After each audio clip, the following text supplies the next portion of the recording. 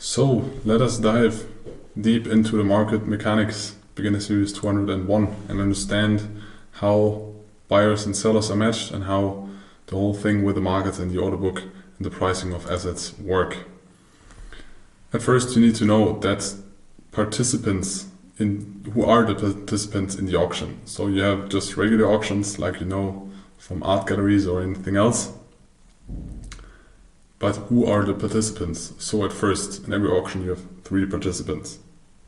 You have the supply, so you have sellers offering goods in a very basic manner, or a model or a regular auction in a room with physical people. You have sellers offering goods, but in the market or when pricing an asset, the supply are the buy and sell contracts. So they are the limit orders, they are the participants, institutions that express the interest that they want to buy or sell at a certain level, and they wait until the price gets filled at their level. Then we have the demand. In a regular auction, this is potential buyers placing bids. So they're sitting in the room and say, I'm willing to pay this price for this product. In a market or an asset, it is the buy and sell contracts. So the people buying and selling, but market. They are the aggressive market participants. We will dive deeper into an example on the following slides. And who's the third participant? It is the market maker. So the person or the auctioneer directing the auction. He's matching sellers and buyers, and this can be either the exchange itself or matching algorithms. So algorithms that trade very fast and try to lower the spread and make a profit out of this, but increasing the liquidity for the asset and reducing the slippage. So when does a price in an auction increase? It increases only, and this is the only rule why a price is rising, because bidders are willing to pay higher and higher prices. Otherwise the price will not rise. If nobody is willing to pay the higher price, the price is not rising.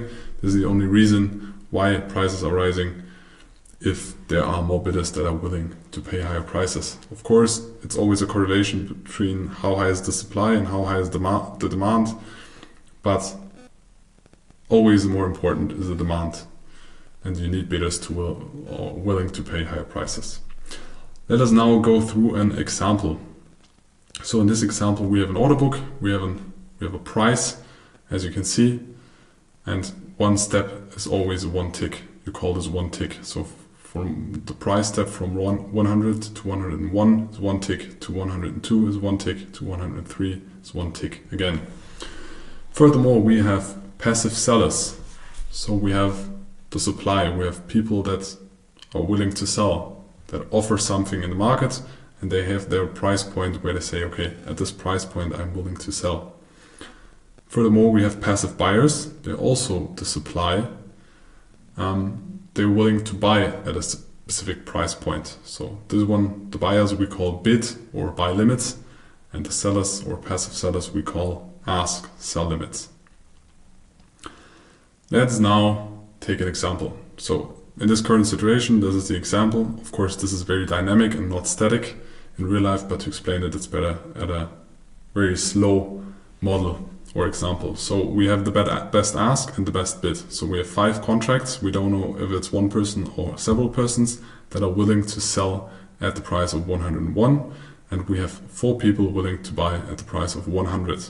If the market stays like this, nothing happens, because they are in that situation. Those 4 contracts are willing to buy at 100 and 5 contracts are wanting to be sold at 101. So there is no match in between. So if there is a market making algorithm, of course, he will maybe buy 4 of those and then sell them to the people on 100 and make a small profit in between. So those can be matching algorithms or HFTs, so high frequency trading algorithms.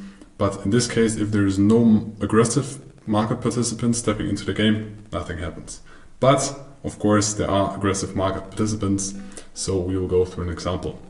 If now, me for example, or I want to buy 5 contracts because I want to buy the asset, I will send out a market order with 5 contracts, buy 5 contracts market. So I get the best price So I will buy and lift the offer. It's the professional term that is used. I lift the offer because my aggressive order is matched with the selling counterparty, and the selling counterparty is at 101 with the 5 contracts. This now is a match. I want to buy 5, they're selling 5, so it's a match. So the price now is 101. Let's assume a candlestick chart is forming. So we have the opening of a candle, and this is the current price. So it's the opening price. It's the price where the last aggressive order was matched with a passive order. Then let's assume there's another market participant, but he wants to sell 4 contracts now because he needs cash. We don't know the reasons why, but he's selling 4 contracts market. Again, it's a match because we had 4 buy limits at the price of 100, so 4 people that wanted to buy. He's willing to sell 4 contracts now, so those 4 contracts are matched with the 4 contracts buy limits that are willing to buy at 100. So we have an aggressive seller and they have a demand for a buy counterparty. They are searching for somebody that wants to buy. Now the price goes down because we just mentioned it. The current price is always the one, the last, where the aggressive order was matching with a passive order, and now this match happened at the price of 100. So a sell candle forms because we opened the candle here and now we are 1 tick lower, so we have a sell candle. So now there are other market participants, but the book now is empty. We have a sell candle formed and there are no sell limits and no buy limits on the price point of 100 and 101. So there is a gap between bid and ask, so bid and ask widens, so there's a bigger spread. Now there are more market participants. Let's assume somebody wants to buy 2 contracts. So aggressive 2 contracts market buy is matched with the 7 contracts that are sell limit on 102. And now those sell limits are reduced from 7 to 5 because 2 contracts are matched with the aggressive buy order. And the candle now pops up and we have created a wick down here, but we also have slippage because the price was down here at 100, but the fill or the match of the aggressive order and the passive order was happening at 102. You call this slippage. And furthermore, a wick forms where the candle was but is not yet. So there's always an open, a high, a low, and a close. We'll explain that deeper as well, but just to see how the candle forms during the process of the order book. So we have a wick here now. But there are even more market participants because at some point we will have a refilling of the order book. This usually happens very fast. So this happens in milliseconds. Most of the time you're not able to see this with your eyes. This happens so fast that you cannot see it, but in this example we just wanted to show you how it is possible that the spread is widening. So when the bid and the ask is further, or the difference between bid and ask is widening and is higher. So now we have more buy limit bids or people with the interest to buy at a certain price, and they insert their limit orders or their bids. The candle formed is now bullish because 102 was the last price point where the aggressive order was matched with the passive one. But now a very big player steps into the game and says, I want to sell market 9 contracts. So those contracts are divided into 2 contracts because 2 people wanted to buy at 101, 3 people wanted to buy at 100, and 4 people or 5 people wanted to buy at 99, but there are 4 remaining contracts of the order of 9 that are matched with the price point of 99. So a single market order can eat multiple levels or ticks in the order book because the order was too big and there was not enough liquidity. He got, again, not slippage, but he ate through the order book because he took all the orders. And now our candle is bearish again because the last price point where an aggressive order was matched with a passive one is at the price level of 99. So we have the order book, which is very dynamic and way faster than it is in this example. This is just for explanation. And then we have a candle forming, which represents the price action or where the price has been. But there's even more information we can display. And this is displayed in the footprint.